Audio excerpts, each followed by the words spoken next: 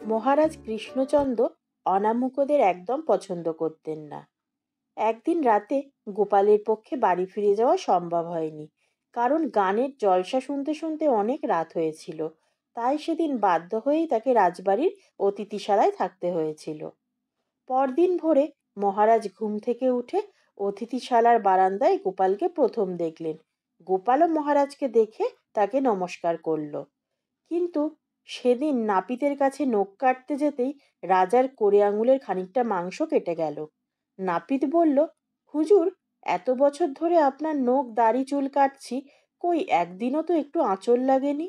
আজ নিশ্চয়ই আপনি কোনো অনামিকার মুখ দেখেছেন। রাজা তখন মনে করে দেখলেন তিনি সকালবেলা ঘুম থেকে উঠেই গোপালের মুখ দেখেছিলেন। রাজরাজার খেয়ালই আলাদা। তিনি তক্ষুনি প্রহরী পাঠিয়ে গোপালকে তলব করে আনিয়ে বললেন, তোমার মতো অনামিকা বেঁচে থাকলে বহু লোকের সর্বনাশ ঘটবে। তাই আমি তোমার মৃত্যুদণ্ড দিলাম। আজ ভোরে উঠে তোমার মুখ দেখেছিলাম বলেই আমার কোড়ে আঙুলটি আজ কেটে গেছে।